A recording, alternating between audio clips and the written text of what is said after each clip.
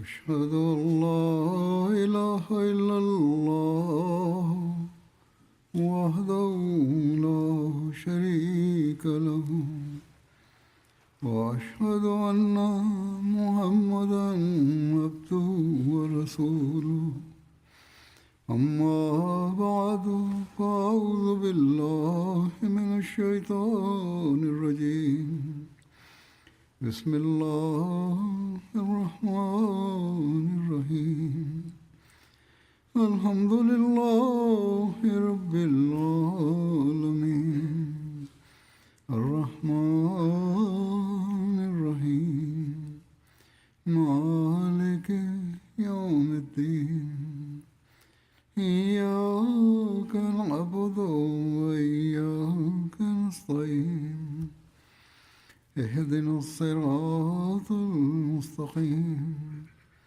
صراط الذين أنعمت عليهم غير المغضوب عليهم ولا Semua nabi الضالين.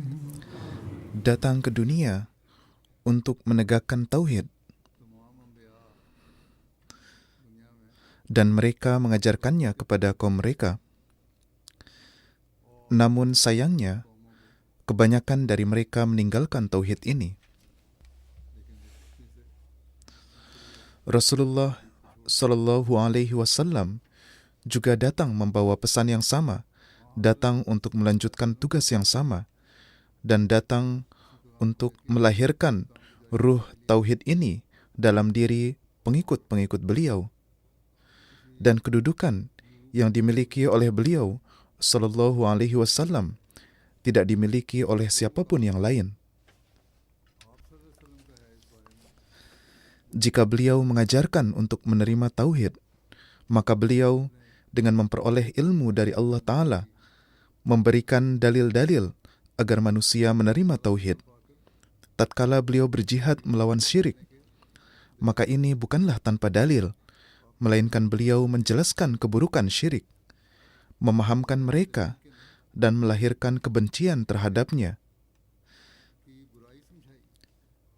Dan pengikut-pengikut beliau membuktikan melalui amal perbuatan mereka bahwa tauhid dan kebencian terhadap syirik telah mendarah daging dalam diri mereka. Hal ini karena ajaran yang Allah Ta'ala turunkan kepada beliau adalah begitu menyeluruh dan sangat memberikan pengaruh, sehingga tidaklah mungkin bahwa seseorang yang memahami kedalamannya lantas dapat menjauh darinya. Ajaran beliau yang telah tertanam pada diri para pengikut beliau adalah begitu berpengaruh karena beliau sendiri dalam setiap sabda dan perbuatan adalah gambaran sejati dari ajaran tersebut. Dan ajaran agung yang Allah Ta'ala berikan kepada beliau mengenai ini, beliau adalah teladan nyata darinya.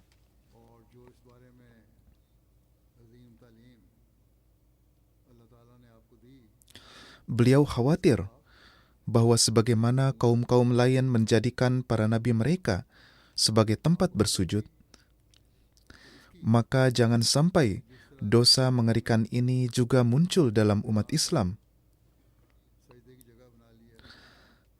Dan beliau memohon perlindungan agar jangan pernah beliau diperbandingkan dengan Allah Ta'ala. Dan beliau juga menasihati umat agar jangan pernah menjadikan beliau sebagai sarana syirik. Pandangan kalian jangan pernah tertuju kepada selain Allah Ta'ala.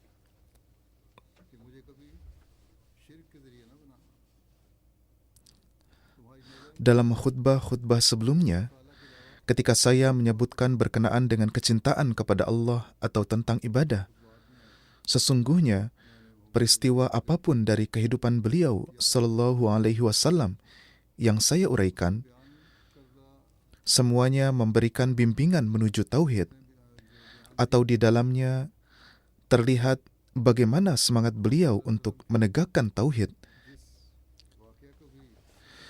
Terlihat keinginan mendalam beliau. तरफ ही रहनुमाई करता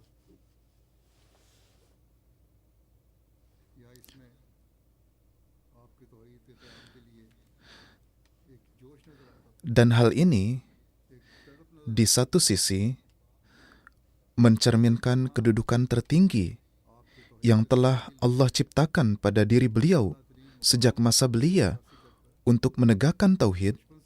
Di sisi lain, kita juga mengetahui kedalamannya dari ajaran sempurna yang Allah Ta'ala wahyukan yang merupakan ajaran terakhir. Dalam Al-Quran Karim, kita diberikan ajaran tauhid berkali-kali dari berbagai sudut pandang. Sebagaimana Allah Ta'ala berfirman dalam surah Al-Anbiya, وَمَا أَرْسَلْنَا مِنْ قَبْلِكَ مِنْ رَسُولٍ إِلَّا نُوحِي إِلَيْهِ أَنَّهُ لَا إِلَهَ إِلَّا أَنَا فَاعْبُدُونِ. Dan tidak kami utus seorang Rasul sebelummu, melainkan kami wahyukan kepadanya, sesungguhnya tidak ada Tuhan kecuali aku, maka sembahlah aku semata. Dan mengenai cara-cara ibadah yang beliau sallallahu alaihi wasallam ajarkan kepada kita dan bagaimana beliau sallallahu alaihi wasallam beribadah seraya menunaikan derajat tauhid, tidak seorang pun di agama lain yang dapat menyamai bahkan sepersepuluhnya. Allah Ta'ala berfirman, Qul inni umirtu an a'budallaha mukhlisan lahuddin. Maka katakanlah, sesungguhnya aku telah diperintahkan agar aku beribadah kepada Allah dengan memurnikan ketaatan kepadanya dalam agama. Maka ketika seorang muslim sejati membaca ayat ini, ia pun akan mengumumkan bahwa aku harus beribadah kepada Allah Ta'ala dengan menjadi tulus ikhlas dan harus berusaha menegakkan tauhid yang murni dan harus mengikuti teladan yang telah Rasulullah Sallallahu Alaihi Wasallam tegakkan sebagaimana diperintahkan dalam Al-Quran Suci.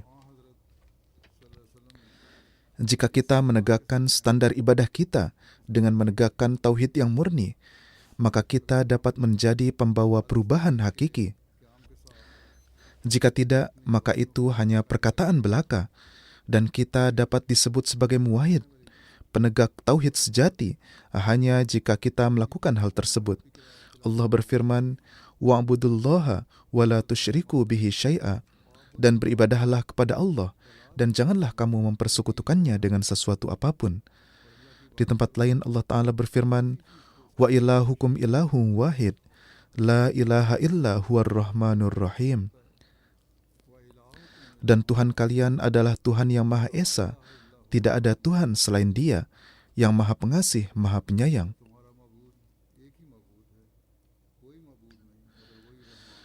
Kemudian di akhir Al-Quran, Allah Ta'ala menerangkan tentang penegakan tauhidnya.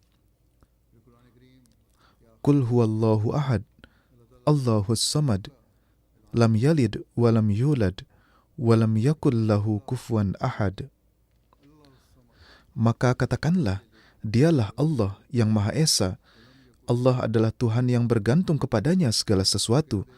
Dia tidak beranak dan tidak pula diperanakkan, dan tidak ada sesuatu pun yang setara dengannya. Allah Ta'ala di sini mengumumkan penolakan terhadap segala jenis syirik dan berfirman kepada Rasulullah Sallallahu Alaihi Wasallam agar mengumumkannya di dunia.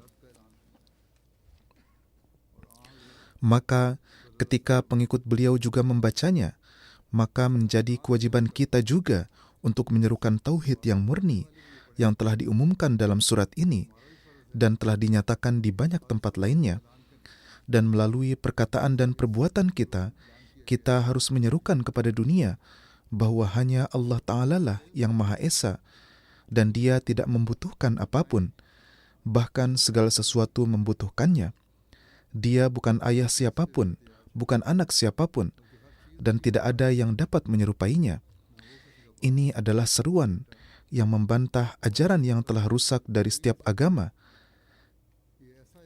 Dan inilah ajaran yang dengan menyatakannya, manusia dapat memperoleh kedekatan dengan Allah Ta'ala. तालीम है जिसके ऐलान से Dan teladan yang paling tinggi dan paling mulia dari ajaran ini adalah Sayyidina wa Maulana Hazrat Muhammad Mustafa Sallallahu Alaihi Wasallam.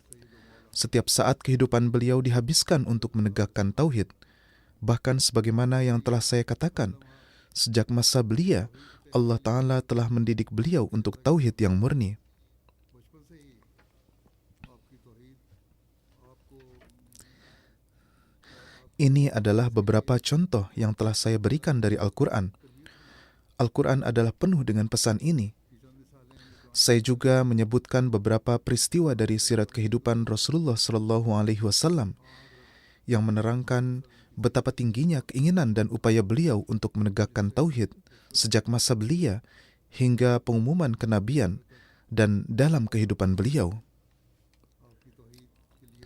Fitrat Rasulullah Sallallahu Alaihi Wasallam adalah begitu suci sehingga kecintaan terhadap tauhid telah tertanam dalam urat nadi beliau, dan tabiat beliau membenci syirik dan penyembahan berhala, bahkan sebelum mencapai kedudukan kenabian. Maka dalam satu riwayat disebutkan bahwa Hazrat Ummu Aiman menerangkan, Buana adalah berhala yang sangat diagungkan oleh kaum Quraisy.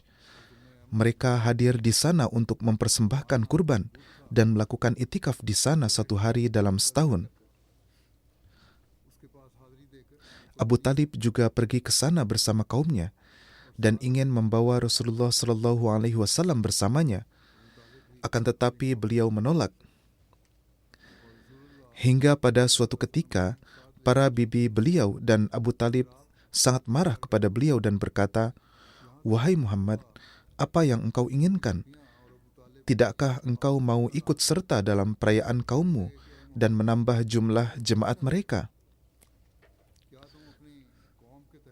Bagaimanapun, suatu kali atas desakan para bibinya, beliau pergi ke sana, tetapi kembali dengan penuh ketakutan dan berkata bahwa beliau telah melihat suatu pemandangan yang aneh di sana.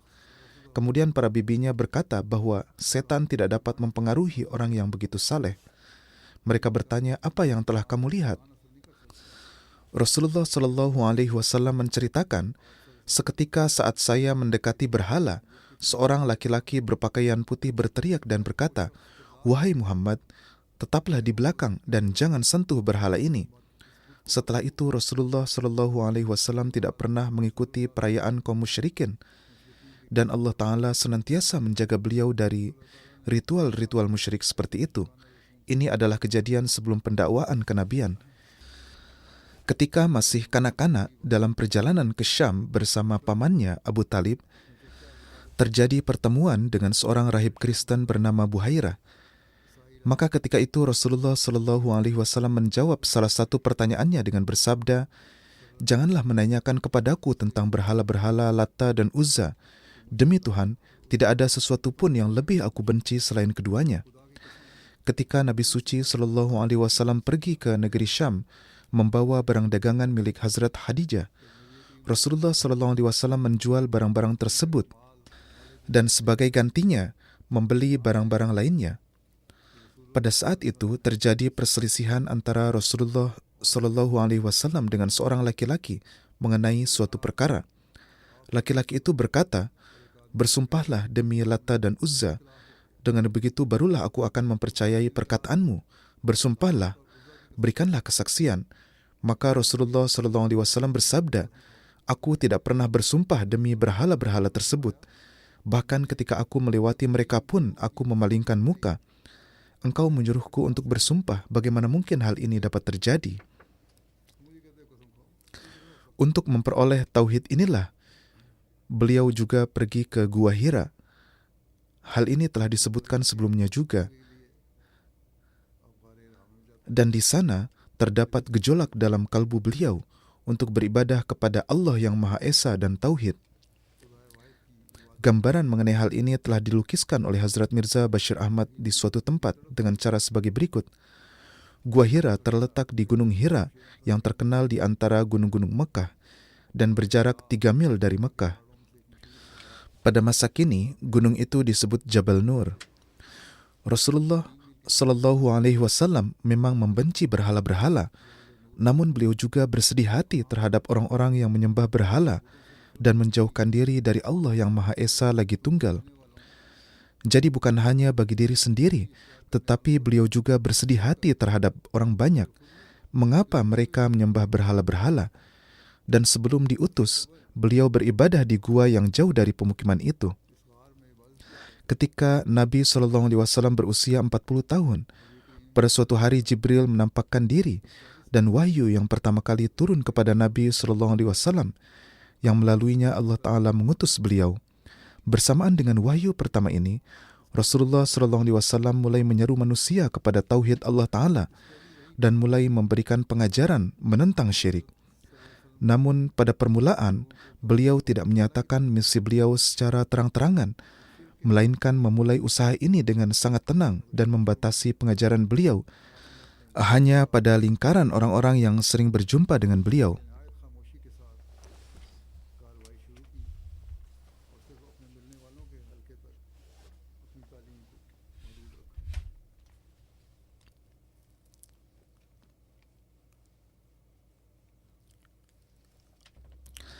Hazrat Masih Maud alaihi salatu wassalam bersabda, Nabi kita Sallallahu Alaihi Wasallam adalah seorang mujaddid azam, pembaharu paling agung dalam menyatakan kebenaran, yang membawa kembali kebenaran yang telah hilang ke dunia. Dalam kemuliaan ini, tidak ada seorang pun yang dapat berbagi dengan Nabi kita Sallallahu Alaihi Wasallam bahwa beliau mendapati seluruh dunia dalam kegelapan, dan kemudian dengan kemunculan beliau, kegelapan itu berubah menjadi cahaya. Kaum di mana beliau muncul, beliau tidak wafat hingga seluruh kaum itu melepaskan jubah syirik dan mengenakan pakaian tauhid. Dan bukan hanya sampai di situ, melainkan orang-orang itu mencapai derajat-derajat keimanan yang tinggi dan ketulusan, kesetiaan, dan keyakinan yang tampak dari mereka, yang tidak ditemukan bandingannya di bagian manapun di dunia. Keberhasilan ini dan kesuksesan sebesar ini tidak diraih oleh nabi manapun selain Hazrat Muhammad Sallallahu Alaihi Wasallam. Ini adalah satu bukti besar kenabian Rasulullah Sallallahu Alaihi Wasallam, yakni beliau diutus dan datang pada suatu zaman ketika zaman itu tenggelam dalam kegelapan yang sangat dalam dan secara alami membutuhkan seorang pembaharu agung. Dan kemudian beliau berpulang dari dunia pada waktu ketika jutaan manusia telah meninggalkan syirik dan penyembahan berhala, serta menuju tauhid dan jalan yang lurus.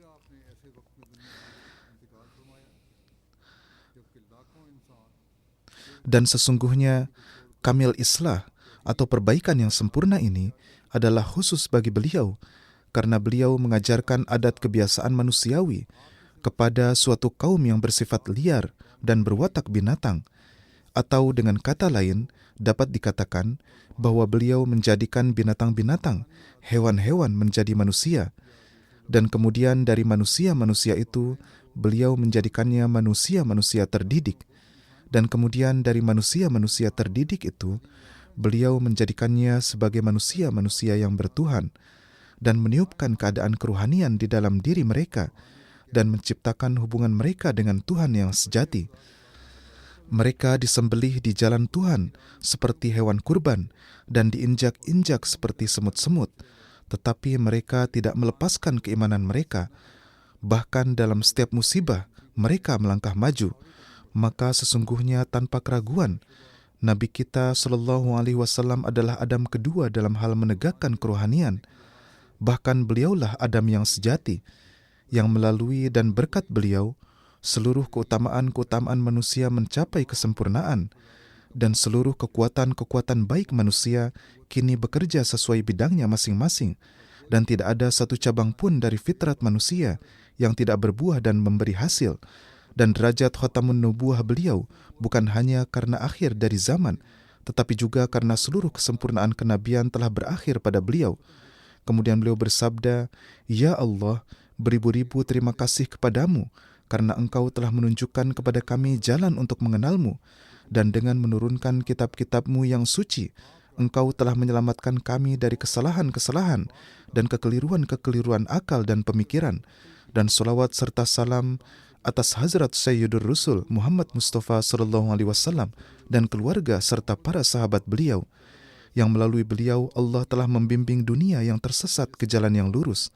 Beliau adalah pembimbing dan pemberi manfaat yang membawa kembali umat yang tersesat ke jalan yang benar.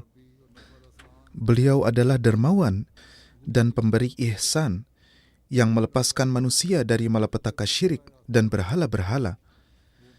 Beliau adalah cahaya dan penyebar cahaya yang menyebarkan sinar tauhid di dunia. Beliau adalah hakim dan tabib zaman yang menegakkan hati-hati yang telah rusak di atas kebenaran. Beliau adalah yang mulia dan penuh kemuliaan, yang memberi air kehidupan kepada orang-orang yang mati. Beliau adalah yang pengasih dan penyayang, yang menanggung kesedihan dan rasa sakit demi umat. Beliau adalah yang pemberani dan pahlawan, yang membawa kita keluar dari mulut kematian. Beliau adalah yang penyantun dan manusia tanpa pamrih, yang menundukkan kepala dalam penghambaan dan menyatukan keberadaan beliau dengan debu. Beliau adalah muwahhid, penegak tauhid yang sempurna, dan lautan makrifat, yang hanya menyukai keagungan Allah dan merendahkan selainnya dari pandangan beliau.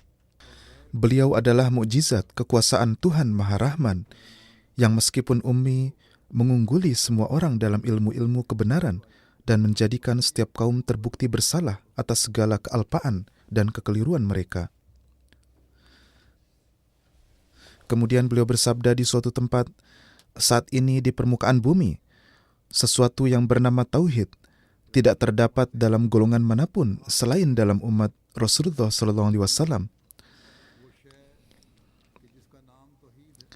Dan selain Al-Quran, tidak ditemukan tanda dari kitab manapun yang telah menegakkan jutaan makhluk di atas keesaan ilahi, dan yang dengan penghormatan sempurna menjadi pembimbing ke arah Tuhan yang benar. Setiap kaum telah membuat Tuhan buatan mereka sendiri. Tuhan kaum muslimin adalah Tuhan yang sama sejak dahulu, abadi dan tidak berubah, dan dalam sifat-sifat azalinya adalah sama sebagaimana dia dahulu. Tetapi sayang bahwa saat ini umat Nabi Muhammad juga merupakan kehormatan tauhid ini. Dan tauhid hakiki yang pengajarannya telah diberikan oleh Allah Ta'ala dan yang petunjuk serta nasihatnya telah diperintahkan kepada kita dengan penuh keperihan oleh Rasulullah Sallallahu Alaihi Wasallam. Ini tidak lagi ada pada mereka, karena telah melupakan tauhid yang murni, maka keimanan yang murni terhadap sifat-sifat Allah Ta'ala pun tidak lagi ada. Sebagaimana ini seharusnya menjadi kekhasan seorang muslim. Dalam keadaan demikian, adalah tugas semua orang yang telah menerima sang hamba sejati, Rasulullah SAW, untuk memahami hakikat tauhid, dan untuk itu mengadakan perubahan-perubahan khusus dalam diri mereka.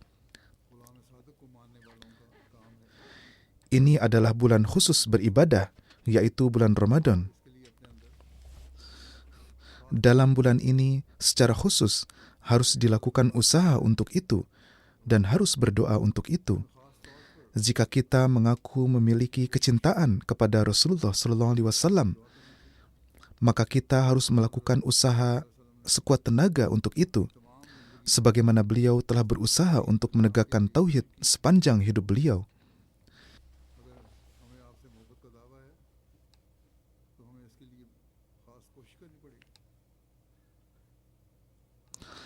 Atas perintah Allah Ta'ala, bagaimana beliau telah berusaha sekuat tenaga untuk menegakkan tauhid.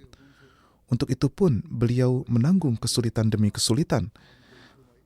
Hazrat Muslih Maud di suatu tempat bersabda, dalam Al-Quran suci, Allah Ta'ala berfirman kepada Rasulullah SAW, wa anzir ashiratakal aqrabin. Wahai Muhammad SAW, peringatilah orang-orang di seluruh penjuru dunia, tetapi pertama-tama peringatilah kerabatmu. Karena mereka memiliki dua hak atasmu. Satu hak adalah bahwa seperti halnya dunia yang lain, mereka juga sedang menuju kepada kehancuran. Dan satu hak lagi adalah bahwa mereka adalah kerabatmu dan keluarga serta nenek moyang mereka pernah berbuat baik kepadamu. Dalam bahasa Inggris juga terdapat pepatah terkenal, charity begins at home, yaitu sedekah dan kebajikan dimulai dari rumah. Demikian pula rangkaian nasihat dan peringatan juga harus selalu dimulai dari rumah. Maka dari itu, Rasulullah SAW melaksanakan perintah ini dengan cara berdiri di atas bukit Sofa, sesuai dengan tradisi Mekah, dan beliau mulai memanggil dengan menyebut nama-nama berbagai suku. Pertama-tama beliau memanggil Ali Ghalib, dan mereka keluar dari Masjidil Haram dan datang ke kaki bukit Sofa. Pada saat itu Abu Lahab berkata kepada Rasulullah SAW, Ali Ghalib sudah datang, apapun yang ingin Anda sampaikan, sampaikanlah. Akan tetapi beliau tidak memberikan perhatian sedikit pun terhadap perkataan Abu Lahab, dan beliau memanggil orang-orang dari suku Luwai. Ketika mereka sudah tiba, Abu Lahab kembali berkata, sekarang suku Luwai sudah datang, sekarang Anda beritahukan apa yang ingin Anda katakan. Akan tetapi Rasulullah SAW tetap tidak menganggap perkataannya layak untuk diperhatikan, dan beliau memanggil Ali Murrah. Maka mereka datang. Kemudian beliau memanggil Ali Kilab dan Ali Kusai, hingga semua orang berkumpul, dan orang-orang yang tidak dapat datang mengirim utusan mereka agar mengetahui dan memberitahu mereka untuk tujuan apa mereka dikumpulkan hari ini. Ketika semua suku Quraisy di Mekah telah berkumpul, Rasulullah SAW mulai berpidato kepada mereka dan bersabda, "Lihatlah, jika saya mengatakan kepada kalian bahwa di balik gunung ini ada pasukan besar yang berkumpul yang hendak menyerang kalian, apakah kalian akan mempercayai perkataan saya ini atau tidak?" Mereka menjawab, "Tentu saja, kami akan mempercayai perkataan Anda karena kami selalu mendapati Anda sebagai orang yang jujur, orang yang benar." Orang-orang yang mengetahui keadaan Mekah tahu bahwa tuntutan Rasulullah SAW ini sebenarnya seperti menuntut untuk mengakui sesuatu yang mustahil sebagai sesuatu yang mungkin, karena hewan ternak penduduk Mekah biasa merumput di lembah, dan itu adalah wilayah yang mustahil bagi pasukan untuk bersembunyi di sana. Akan tetapi, kejujuran beliau telah memberikan pengaruh yang sedemikian rupa kepada orang-orang tersebut, sehingga mereka berkata, meskipun mata kami tidak dapat menerimanya, kami pasti akan mempercayai perkataan Anda, karena kejujuran Anda sudah pasti di sisi kami. Ketika mereka dengan suara bulat mengungkapkan keyakinan dan kepercayaan mereka terhadap Rasulullah SAW, maka beliau bersabda, "Dengarkanlah, saya memberitahukan kepada kalian suatu berita penting, dan berita itu adalah bahwa saya telah diutus oleh Allah Ta'ala sebagai Rasul. Maka saya katakan kepada kalian bahwa jika kalian ingin terlindung dari azab Allah Ta'ala, maka ikutilah saya." Saat baru saja beliau bersabda ini, Abu Lahab dengan penuh emosi lalu berkata, "Tabban laka sairul yauma, alihaza jama'tana," yakni nauzubillah, semoga kebinasaan menimpamu. Apakah untuk hal yang sekecil ini engkau telah mengumpulkan kami? Dan demikian pula orang-orang lain pun bubar sambil tertawa dan mengejek. Tetapi ejekan dan penentangan ini tidak menghentikan beliau dari upaya untuk menegakkan tauhid. Beliau terus-menerus berusaha untuk hal itu. Sebagaimana telah dijelaskan, beliau mengalami penghinaan, kemudian penentangan pun semakin meningkat. Sejarah penentangan terhadap beliau SAW telah dijelaskan oleh Hazrat Mirza Bashir Ahmad Sahib berdasarkan kitab-kitab sejarah sebagai berikut.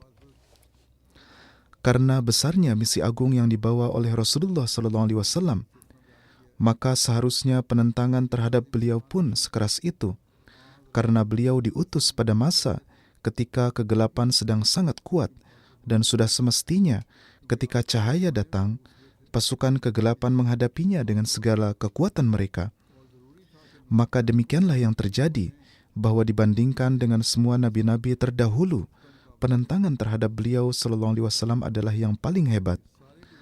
Di antara sebab-sebab lahiriah penentangan ini adalah bahwa kaum Quraisy adalah kaum penyembah berhala yang sangat ulung, dan kehormatan serta kecintaan mereka terhadap berhala-berhala begitu tertanam dalam hati mereka, sehingga mereka tidak dapat menerima mendengar satu kata pun yang menentang berhala-berhala tersebut. Ka'bah yang hanya dibangun untuk beribadah kepada Allah Ta'ala, di dalamnya pun orang-orang zalim ini telah mengumpulkan ratusan berhala, dan untuk semua keperluan mereka, mereka hanya mengharap kepada berhala-berhala itu. Sekarang ketika Islam datang, maka prinsip dasarnya adalah tauhid, dan ada perintah yang jelas, yaitu janganlah sujud di hadapan manusia, pohon, batu atau binatang. Wasjudu lillahillazi khalaqahunna, yakni wasjudu lillahillazi khalaqahunna, bersujudlah hanya kepada zat yang telah menciptakan semua benda-benda itu. Kemudian bukan hanya ini, bahkan berhala-berhala kaum Quraisy disebut dengan kata-kata yang menurut anggapan mereka sangat menghina, dan berhala-berhala itu dinyatakan sebagai bahan bakar neraka.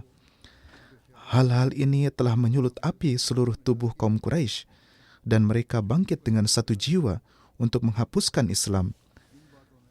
Dan masih banyak sebab-sebab lainnya. Akan tetapi bagaimanapun juga, ini adalah sebab yang besar. Hazrat Masih Maud alaihissalam bersabda, ketika seorang nabi atau rasul diutus dari sisi Allah, dan jemaatnya terlihat oleh orang-orang sebagai suatu golongan yang berkemampuan, lurus, berani, dan berkembang pesat, maka terhadapnya pasti timbul semacam kebencian dan kedengkian dalam hati kaum-kaum dan kelompok-kelompok yang ada. Khususnya, para ulama dan pemimpin dari agama yang ada menampakkan kebencian yang sangat besar karena dengan kemunculan sosok dari Allah Ta'ala ini, terjadi perbedaan dalam pendapatan-pendapatan dan kehormatan-kehormatan mereka. Murid-murid dan pengikut-pengikut mereka mulai keluar dari jerat mereka karena mereka menemukan seluruh kebaikan-kebaikan iman, akhlak, dan ilmu dalam pribadi yang dibangkitkan dari sisi Allah Ta'ala.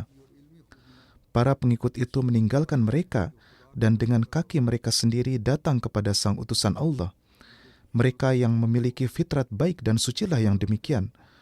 Oleh karena itu, orang-orang yang berakal dan yang memiliki daya pembeda mulai memahami bahwa kehormatan yang telah diberikan kepada para ulama ini berdasarkan anggapan ilmu, ketakwaan, dan kesalehan, kini mereka tidak lagi layak menerimanya, dan gelar-gelar terhormat yang telah diberikan kepada mereka seperti Najmul Ummah, Bintang Umat, Syamsul Ummah, Matahari Umat, dan Syaikhul Masyaikh, guru para guru, dan sebagainya, kini sudah tidak pantas lagi bagi mereka.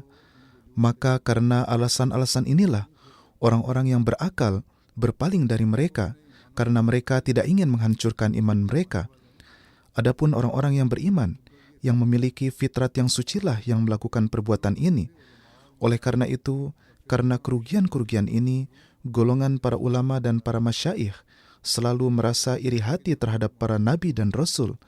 Alasannya adalah bahwa pada masa para nabi dan makmur atau utusan Allah, orang-orang ini menjadi sangat terbongkar keadaan mereka, karena pada hakikatnya mereka adalah orang-orang yang tidak sempurna dan hanya memiliki sedikit sekali bagian dari cahaya ilahi. Dan permusuhan mereka terhadap para nabi Allah dan orang-orang saleh semata-mata adalah dari hawa nafsu mereka, dan dengan sepenuhnya mengikuti hawa nafsu, mereka memiliki rencana-rencana untuk menyakiti. Bahkan terkadang mereka juga merasakan dalam hati mereka bahwa mereka tanpa hak telah menyakiti seorang hamba Allah yang suci hati dan telah jatuh di bawah murka Allah, dan perbuatan-perbuatan mereka yang senantiasa timbul dari mereka karena tindakan-tindakan permusuhan juga terus-menerus menampakkan kepada mereka keadaan hati mereka yang bersalah. Tetapi meskipun demikian, dorongan kuat api hasad, iri hati, tetap menyeret mereka menuju lubang-lubang permusuhan. Inilah sebab yang pada masa Nabi Muhammad SAW tidak hanya menghalangi para ulama dari kaum musyrikin, Yahudi dan Nasrani untuk menerima kebenaran, bahkan membuat mereka siap melakukan permusuhan yang keras. Oleh karena itu, mereka mulai memikirkan bagaimana caranya menghapuskan Islam dari muka bumi. dan karena kaum muslimin pada masa awal Islam masih sedikit jumlahnya, maka para penentang mereka disebabkan oleh kesombongan yang secara fitrat tertanam dalam hati dan otak golongan-golongan yang menganggap diri mereka lebih unggul dari golongan lain dalam hal kekayaan, harta, jumlah pengikut, kehormatan, dan kedudukan, memperlakukan kaum muslimin pada waktu itu, yaitu para sahabat, dengan penuh permusuhan, dan mereka tidak menginginkan agar tanaman surgawi ini dapat tegak di muka bumi. Bahkan mereka menggunakan seluruh kekuatan mereka untuk membinasakan orang-orang saleh ini, dan tidak ada satu cara pun yang mereka tinggalkan untuk menyakiti, dan mereka memiliki kekhawatiran jangan sampai agama ini memperoleh pijakan yang kuat, dan kemudian perkembangannya menjadi sebab kehancuran agama dan kaum mereka. Maka karena ketakutan inilah yang telah tertanam dalam hati mereka dalam bentuk yang mengerikan, muncul dari mereka tindakan-tindakan yang sangat sewenang-wenang dan zalim, dan mereka membinasakan kebanyakan kaum muslimin dengan cara-cara yang menyakitkan. Dan dalam waktu yang lama, yaitu selama 13 tahun, tindakan inilah yang terus berlangsung dari pihak mereka, dan dengan cara yang sangat tidak berperi kemanusiaan, hamba-hamba Allah yang setia dan kebanggaan umat manusia itu dipotong berkeping-keping oleh pedang-pedang binatang buas yang jahat itu, dan anak-anak yatim serta perempuan-perempuan yang lemah dan miskin disembelih di jalan-jalan dan lorong-lorong. Meskipun demikian, dari Allah Ta'ala ada perintah tegas bahwa jangan sekali-kali membalas kejahatan itu. Maka orang-orang saleh pilihan itu pun melakukan demikian. Jalan-jalan menjadi merah oleh darah mereka, namun mereka tidak bersuara, dan mereka disembelih seperti hewan kurban, namun mereka tidak mengeluh. Orang-orang kafir Mekah mengancam dan juga memberi iming-iming kepada beliau agar meninggalkan penyebaran risalah tauhid. Tetapi jawaban beliau hanya ini, inilah tujuan hidupku, untuk menegakkan tauhid di dunia, dan untuk itulah Allah Ta'ala telah mengutusku. Dalam hal ini, Hazrat Muslim Maud telah menulis di suatu tempat, ketika penentangan semakin keras, dan di sisi lain Rasulullah SAW dan para sahabat beliau dengan penuh ketekunan mulai menyampaikan risalah Allah Ta'ala kepada penduduk Mekah, yakni Tuhan pencipta dunia ini adalah Esa, tidak ada Tuhan yang patut disembah selain Dia. Sebanyak apapun nabi-nabi yang telah berlalu, semuanya mengakui tauhidnya dan juga menyeru kaum mereka kepada ajaran yang sama ini. Kalian berimanlah kepada Tuhan yang Maha Esa, tinggalkanlah berhala-berhala batu ini, karena mereka sama sekali tidak berguna dan tidak memiliki kekuatan apapun. Wahai penduduk Mekah, tidaklah kalian melihat bahwa jika di hadapan mereka diletakkan persembahan dan kurban, lalu kawanan lalat hinggap di atasnya, maka mereka tidak memiliki kekuatan untuk mengusir lalat-lalat itu. Jika seseorang menyerang mereka, maka mereka tidak dapat melindungi diri mereka sendiri. Jika seseorang bertanya kepada mereka, maka mereka tidak dapat menjawab. Jika seseorang meminta pertolongan kepada mereka, maka mereka tidak dapat menolongnya. Tetapi Tuhan yang Maha Esa memenuhi kebutuhan orang-orang yang meminta. Dia menjawab orang-orang yang bertanya. Dia menolong orang-orang yang meminta pertolongan. Dan Dia mengalahkan musuh-musuhnya, serta menganugerahkan kemajuan-kemajuan yang tinggi kepada hamba-hambanya yang beribadah. Darinya datang cahaya yang menerangi hati para penyembahnya. Lalu mengapa kalian meninggalkan Tuhan yang demikian dan bersujud di hadapan berhala-berhala yang tidak bernyawa, serta menyia-nyiakan umur kalian? Tidakkah kalian melihat bahwa dengan meninggalkan tauhid Allah Ta'ala, pemikiran-pemikiran kalian juga telah menjadi kotor, dan hati kalian juga telah menjadi gelap? Kalian terjerumus dalam berbagai ajaran yang berdasarkan waham atau khayalan. Khayalan-khayalan timbul di dalam hati karena tauhid telah ditinggalkan. Tidak ada lagi perbedaan antara halal dan haram di antara kalian. Kalian tidak dapat membedakan antara yang baik dan buruk. Kalian tidak menghormati ibu-ibu kalian. Kalian berbuat zalim terhadap saudara-saudara perempuan dan anak-anak perempuan kalian, serta tidak memberikan hak-hak mereka. Perlakuan kalian terhadap istri-istri kalian tidak baik. Kalian memakan hak anak-anak yatim dan berbuat buruk terhadap para janda. Kalian berbuat zalim terhadap orang-orang miskin dan lemah, serta ingin menegakkan kebesaran kalian dengan memakan hak orang lain. Kalian tidak malu dengan kebohongan dan penipuan. Kalian tidak benci terhadap pencurian dan perampokan. Judi dan minuman keras adalah kesibukan kalian. Perhatian kalian tidak tertuju kepada pencapaian ilmu dan perkhidmatan kepada bangsa. Sampai kapan kalian akan tetap lalai dari Allah yang Maha Esa? Datanglah dan perbaikilah diri kalian serta tinggalkanlah kezaliman. Kejahatan-kejahatan ini telah timbul di dalam diri kalian. Perbaikilah kejahatan-kejahatan itu. Hingga saat ini pun, kejahatan-kejahatan yang ada pada mereka adalah karena jauhnya mereka dari tauhid.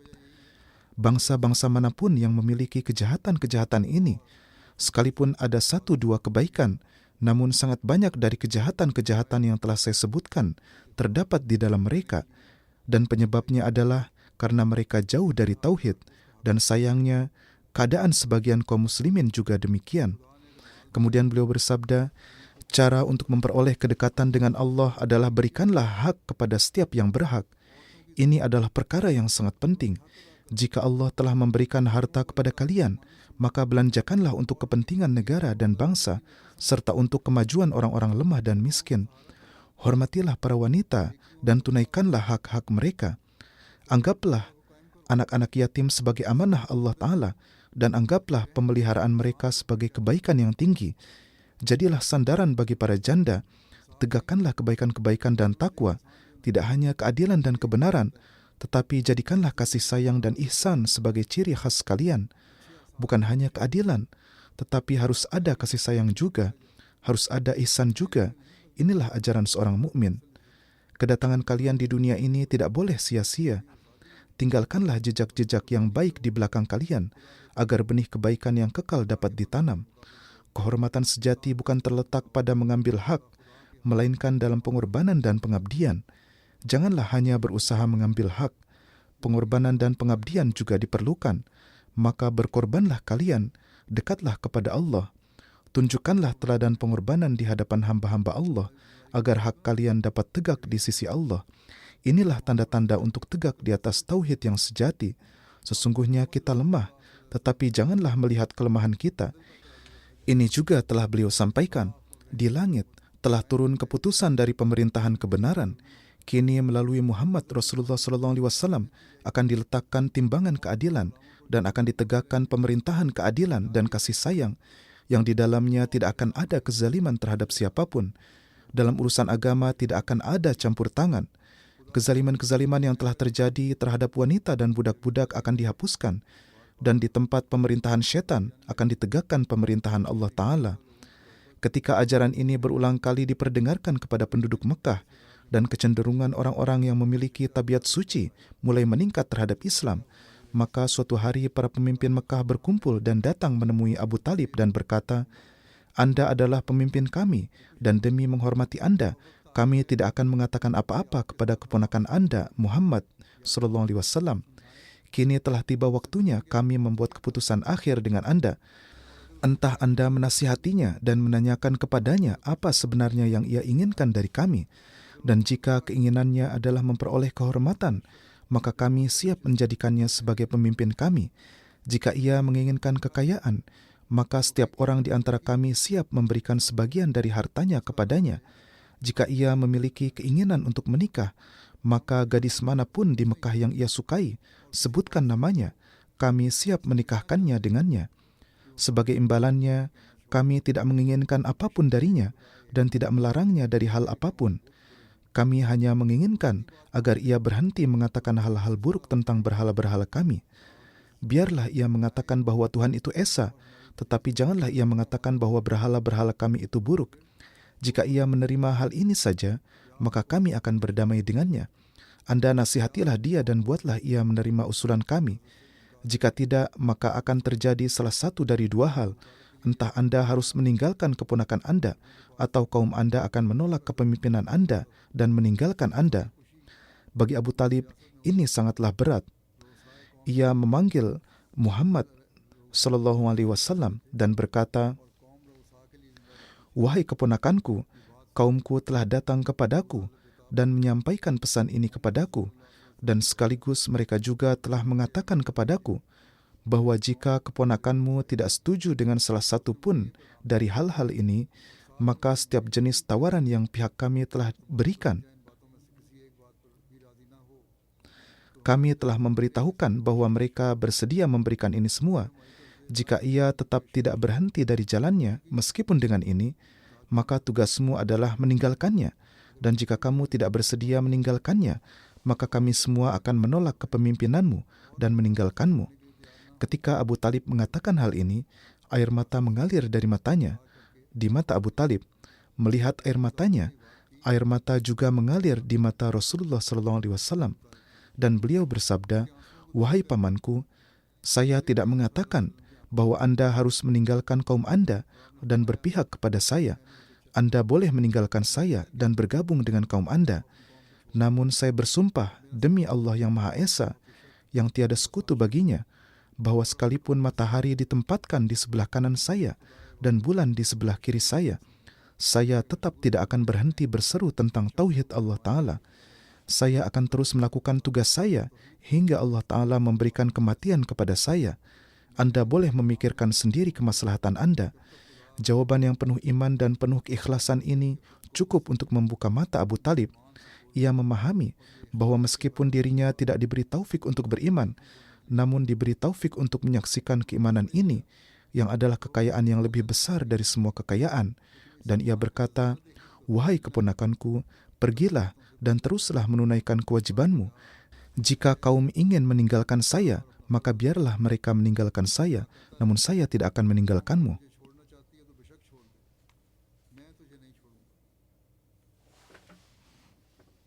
Dalam menegakkan tauhid, Rasulullah SAW menanggung segala jenis kezaliman dan penganiayaan dari kaum kafir Mekah.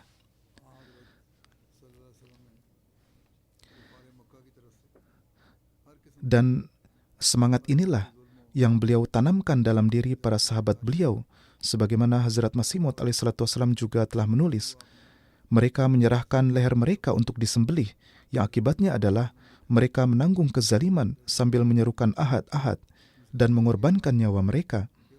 Semua keburukan kafir Mekah yang telah disebutkan tadi adalah karena mereka menjauh dari tauhid dan karena menempuh syirik. Saat ini pun, kaum-kaum dan orang-orang yang memiliki keburukan-keburukan ini, itu semua karena mereka telah menjauh dari tauhid. Maka dalam keadaan seperti ini, tugas kita adalah terus menyerukan tauhid, dan dimanapun kita menyampaikan pesan tauhid ini, di sana kita juga harus berusaha sekuat tenaga, menghasilkan perubahan yang nyata dalam keadaan rohani dan akhlak kita. Barulah kita dapat disebut sebagai orang yang benar-benar meyakini tauhid dan berjalan di atas perintah Allah Ta'ala. Semoga Allah Ta'ala memberi kita taufik untuk menjalankannya.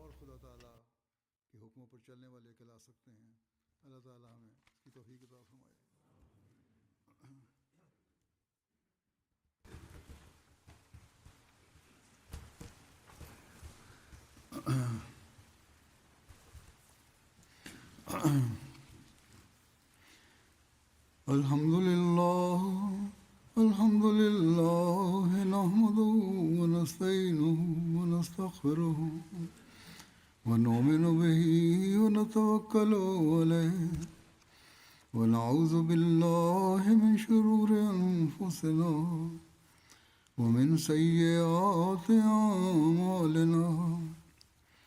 Man yahdihillahu fala mudilla lahu ومن يضلل فلا هادي له ونشهد أن لا إله إلا الله ونشهد أن محمدا عبده ورسوله. عباد الله رحمكم الله إن الله يأمر بالعدل والإحسان وإيتاء ذي القربى وينهى عن الفحشاء والمنكر والبغي يعظكم لعلكم تذكرون اذكروا الله يذكركم وادعوه يستجب لكم ولذكر الله أكبر